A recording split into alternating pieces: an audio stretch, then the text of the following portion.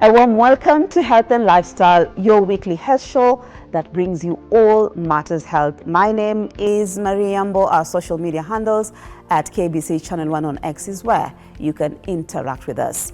Postpartum hemorrhage, or simply put, excessive bleeding, is the leading cause of women dying during delivery. 355 women die each year, translating to 20 women each day because of complications during delivery. All that coming up in this program, but first, let's look at what's coming up. Coming up in this program. Unajua kulea mtoto, mimi nilikuwa natarajia alelewe na mamake. Yaani ile upendo yenye ilikuwa huku, yani ilipotea tu yote, ilipungua tu kabisa. Leading to death, a husband's cry. Pregnancy is a beautiful state because you are carrying a life and you're bringing life into this world. There is nothing as beautiful, as precious as that. 355 women die each year. We speak to Dr. Kireki Omwana. And to our first segment. A father of three, Sam, popularly known as Mambo, took his wife Eunice to deliver in one of the local hospitals. Little did he know that that would be the last time that he would see Eunice alive. He was left to take care of a barely 1-month-old baby. Here is his story and journey with postpartum hemorrhage. Seemingly in deep thoughts, Samuel Mborothi slowly rocks his just 1-month-old baby girl, a father's love and concern all written on his face. Now, when Samuel Mborothi took his expectant wife to a hospital in Kayole, Nairobi County, he thought he was doing the right thing, making sure Eunice, his wife, would be in safe hands. During the pregnancy, Eunice had been bleeding, and Sam made sure to explain that to the doctors, hoping she would receive all the attention. Alipigwa scan, wakasema ina bleed sana. Unaona? Wakasema tutakupea dawa iende yeke uterus ikuwe na nguvu ya kusikilia huyo mtoto. Na hizo dawa nilinunua. Na from there akapewa bed rest akiwa na 3 months. As Eunice went into labor, Sam waited anxiously. Hours passed, updates were few, but then a phone call came. The hospital said everything was fine. Eunice had delivered a bouncing baby girl. On my way up to B Center, ndio niliangalia simu nikapata iko na 3 missed calls. Kaona ni namba mgani, nikapiga. Mwenye nilipiga akachukua ni mtu, akaniambia wewe ni Samuel wa Eunice. Kamwambia ni yeye alikuwa anakupigia, lakini saa hii huwezi ongea naye ndio anapata mtoto. Kamwambia ni sawa, niko hapa B Center, anapitia hapo saa hii. Within like 20 to 30 minutes alikuja kanita. Kwanza nimefanya kuja na hapa ndani. Kwenda na hapo kuna daktari nimpata hapo hivyo akitengeneza Eunice. But just 30 minutes later, Sam's world turned upside down. Eunice had started bleeding excessively. Nikauliza daktari what's going on, akaniambia amebleed sana. Na ndio maana ameita ambulance 20 minutes ago na haijakuja. Na hapo mahali alikuwa amelala vile alikuwa amewekewa hii kitu towel mzito tu kama hii. Yote ilikuwa red. Alikuwa amemwaga damu mingi kabisa. The doctors were frantic to save her life, but the hospital didn't have an ambulance ready to take her to a better facility, and time was running out. Ndio aliniambia niliona daktari mwingine amekuja. Akaulizwa na huyo imeacha ambulance wapi, akasema imeenda kufuel. Sasa ni mimi nilikaa huko almost 20 to 30 minutes ndio ambulance ilikuja. Tukachukua wife tukamweka kwa ambulance. Tukaenda Mama Lucy. Sasa hiyo alikuwa ananiongeleza hadi aliniuliza mtoto wako wapi. Kumwambia mtoto wako hapa. Vile aliyekuwa tu ambulance hivi nilimuita kaitika tu mara moja. Sasa hiyo niko mbele na mtoto akachukuliwa na daktari, tukaenda. Tukafika Mama Lucy wakatupokea. An hour after arriving at the referral hospital, the news came. Eunice didn't make it. Waliniita na wenye tulikuwa na wao, ndio wakatuambia Eunice ameenda. Wakati ile nilifanya postmortem, sasa hao daktari waliniambia alikuwa amemwaga damu yote, mwili yake hata ilikuwa imeanza kuturn white, juu haikuwa na damu. Eunice died from what's known as postpartum hemorrhage, PPH, or simply excessive bleeding, a condition that, with quick action, can be treated. But for Eunice, help came too late. Hiyo bleeding wageiona ikiwa inatokelezea wakati nimeanza kutoka, si murifaro saa hiyo, ama juu wako na CS wangemfanya ndio waone mahali kuna bleed wa msone. Hata kama ni hiyo nyungu ilikuwa na juni suffix hiyo wageisona, ndio stukie damu imetoka more than 2 liters, ndio sasa usidi utaanzia wapi, juu najua haikutoka tu once hivi kama kitu imefunguliwa. Angekuwa hapo karibu a notice hivyo, na I think Eunice angekuwa uhai, juu angemshona ama wamdeliver on time. Now, Sam has been left to raise their 1-month-old baby Joy alone. Unajua kulea mtoto, mimi nilikuwa natarajia alelewe na mamake. Yaani ile upendo yenye ilikuwa huku, yani ilipotea tu yote, ilipungua tu kabisa. Unaona kila lezi tuko huku, tunapeana nguvu lakini kuna kitu hakuna. Wale watoto wakikuja walikuwa wanakuja wanatarajia wanapata mamake. Mimi nikikuja saa hii nani ananipokea? Unaona maisha imebadilika kuanzia kila kitu. Kama ni huyu mtoto, sasa hivi unaona ako na my mom. Without his wife, without breastfeeding, he's learned how to prepare baby formula. Anakuja anachanganyishwa na maji, anapewa after 3 hours. After kama amelala na hajaamuka 3 hours anaamshwa. Lakini saa hivi venye amekunywa hivi akilala, after 20 minutes aamuke bado atapewa tu. Daktari ni wao waliniambia nitumie hii maziwa juu iko na uzito karibu kufikia ya mama. Na hakuna kitu kingine tunaweza mpea. He's grateful for his mother's support, he says. He couldn't do it without her. Sasa kumanage hapo ndio shida iko, ndio maana nitamam juu akona hiyo uzoefu. Sasa mwingine mwenye unaweza achia watoto wako kuwa na amani ni nani? Isipokuwa bibi yako ama mama yako. Unaona? Mwingine mwenye yako wewe njua venye anaweza kufanyia watoto.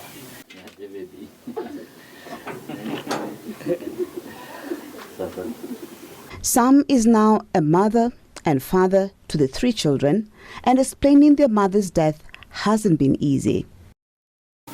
Kuhiri kwa hawa watoto wenye niko na wao about their mom, even today, ni shida. Naona wakikuja tu hivi wanaweza nikumbusha niulize umekuja na mama, juu wao walijua mama walienda hosi kupata mtoto alikuja na mama wako hosi. Unaona, hata wakati wa kuona hiyo mazishi ama nini, wao wanajua mama yao hawezi kufa, hosi atakuja. For Tabitha, Sam's mother, Eunice's death has been just as painful. On this particular day, she says, her grandchildren had one simple request. Leo kwanza asubuhi watoto makienda shule wananiambia ati niombe, na makikuwa shule maombe, makikuja makuje makuta mama yake hapa. Manawasha mimi nikilia. Unaona? Alafu na makaniuliza tutapee mtoto maziwa kwa nini? Na mama yake ako na nini na matiti yake. Kama pia Mungu kama pia atakuja. Unaona, nikisikilia hivyo nikaona ni magumu sana kwa nikuuliza hiyo maswali gumu sana. She says her biggest wish is to support her son, to be strong for him and the children. Nimfugusa tu machozi akiniona hapa, yani ataka uhai kidogo ama watoto wake. Msaidia tu akikuja akiniona niko hoi na watoto niko hoi akafurahi. Unaona? Lakini ni gumu sana. For some, the future is uncertain, but his focus now is on his children, keeping them safe and keeping Eunice's memory alive. Hawa ni watoto na wenyewe nawapenda na wananipenda. Nitajaribu kabisa nirejeshe ile furaha yenye walikuwa nayo, lakini ile furaha yenye naleta ni yenye tu bado nilikuwa nawaletea, ya mama wao hakuna. Unaona? Kwa hivyo siwezi make any step to move on. At least nione ati hawa watoto wamegrow kiasi, huyu na yeye amekuwa mkubwa kidogo, lakini saa hii hao watoto wakitoka shule hivyo ingia hapa hivi uone mtoto akihusunika, unasikia vibaya kabisa. Huwezi taka hata kuongelelea anything about them. Hiyo ni kitu inanifanya nikae nikiwa bitter.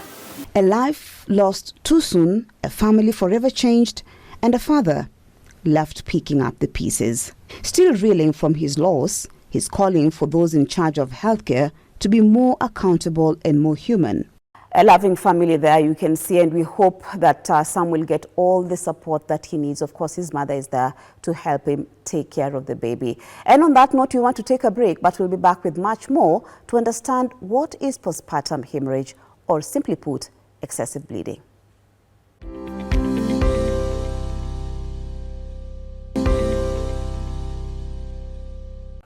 Thank you for staying with us. We now want to dig deeper. We want to talk to Dr. Kireki Omwana. He's an obstetric gynecologist. He starts by explaining what postpartum hemorrhage is and what causes it. When we talk about postpartum hemorrhage, this is excessive bleeding, in layman's terms, excessive bleeding after delivery. So when it comes to delivery and postpartum hemorrhage, we define it as the bleeding more than 500 milliliters of blood after delivery. When it comes to cesarean section, during cesarean section as well, remember this is major surgery, a woman will also lose some blood. And we talk about excessive bleeding after cesarean section if this patient is going to lose 1,000 milliliters or 1 liter of blood or more. So you talked about losing 500 ml or 1,000 ml, depending on the type of delivery that a woman may have. But how then do you determine, at what point do you determine, is it like, does it take hours? And what causes the uterus, which actually is kind of the main organ here that carries the baby, and then the baby is out, what causes it not to contract? Because that is one of the major issues that causes excessive bleeding. Absolutely. Maybe I'll take you a little bit, maybe back into class a little bit if you don't mind. Remember that when the baby is growing in the womb, if you can imagine the womb as a balloon, and that is where the baby is, and there are many other things with that baby while the baby is in the womb. There is fluid which surrounds the baby, and this fluid is very important because it works as a shock absorber for the baby. That's number one. Number two, it is what the baby drinks and urinates. So we are sure when that amount of fluid is okay, that the digestive system is okay, and the kidneys are also functioning well. Number three, there is what we call the placenta, a very important organ. Now, that placenta, which connects the mother to the baby. So it attaches on the wall of the uterus, and then there is a cord which comes out of the placenta, and this cord attaches to the baby. That is why we have kitov. So that is where we used to get our nutrition and our oxygen from our mothers when we were in the womb. Now, normally what happens is once a baby has come out of the womb, whether it is through the natural method or whether it's by cesarean section, that placenta has to come out. Now, normally it comes out by itself because there is a mechanism, and this is where nature or God has created us in such a way that once that uterus knows that the baby has come out, the placenta attaches itself. There's a thin membrane where it attaches itself. As soon as the uterus contracts after the baby, because remember that volume, you've delivered a baby who is, let's say 3 kilos, 3.5, whatever it is, the water has come out, the fluid has come out, so that volume has decreased. So as soon as that decreases, the surface area also decreases, and what happens is that the uterus contracts. And as it contracts, that placenta detaches itself, and remember there were vessels which were coming through where to the placenta, and it's through these vessels where the blood was coming through with the nutrition and the oxygen and so on. So those vessels, as soon as the placenta comes out, they are open. But when with that, as soon as everything has come out, there's that contraction. The contraction of the muscles of the womb will actually close these vessels, so the bleeding will stop and the placenta will come out. Yeah, so the placenta is also another very important organ. Correct. When it comes to pregnancy and the delivery of a baby. And the placenta is supposed to detach itself the minute delivery happens. And that doesn't happen for every woman. So maybe you can talk to us about the dangers of that placenta not detaching itself.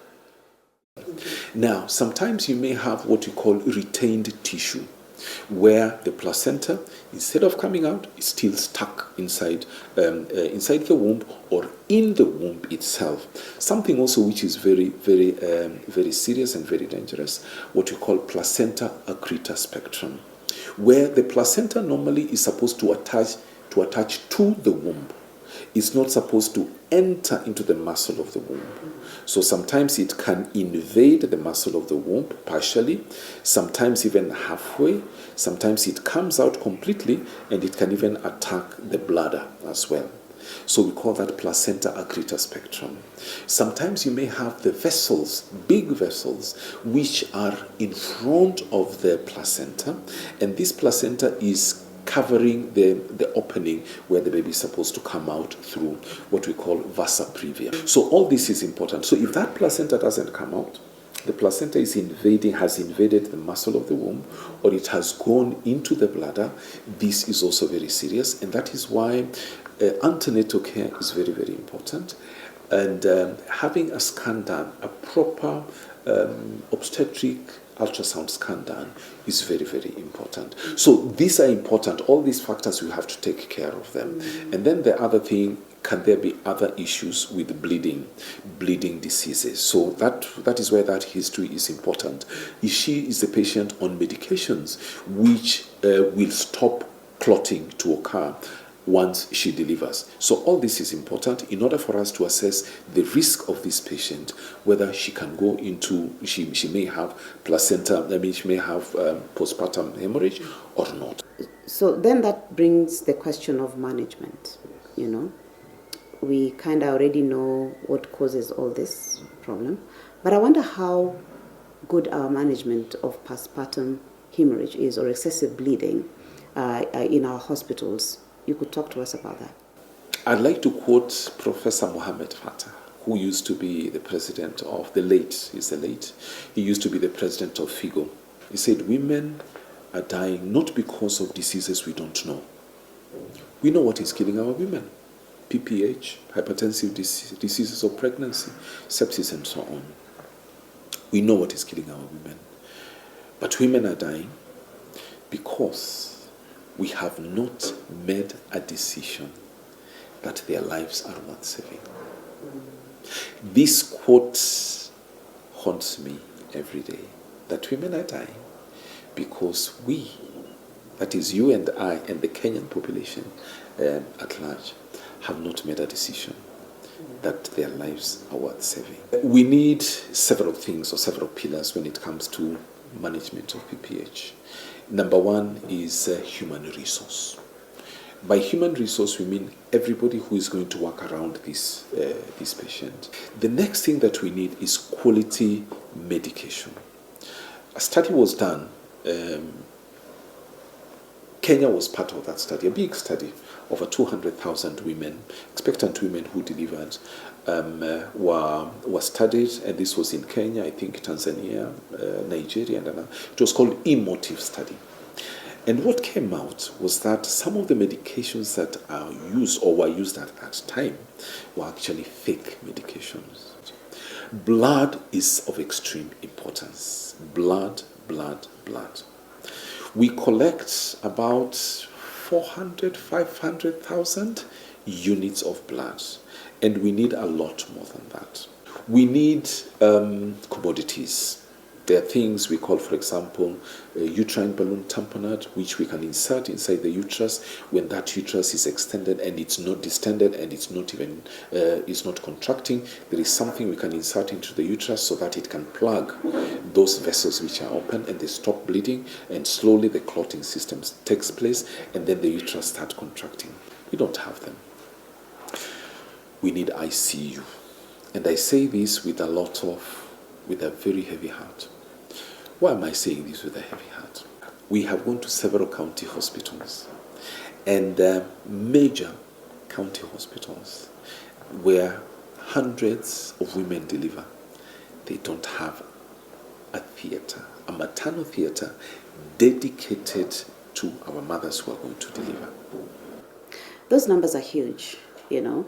We're talking about 20 women dying by the end of 24 hours.